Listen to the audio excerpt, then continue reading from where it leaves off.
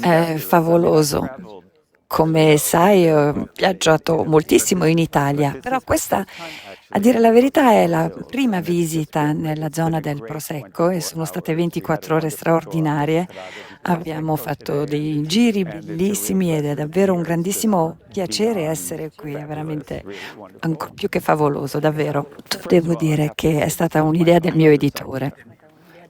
Nell'edizione americana non è organizzato in questo modo, ma quando l'editore ha suggerito questi titoli per le tre sezioni mi sono sembrati molto giusti, perché come sai io sono un classicista e una delle cose che mi interessano particolarmente è il modo in cui questi miti antichi continuano ad adattarsi, ad adeguarsi ai drammi, ai film moderni e contemporanei.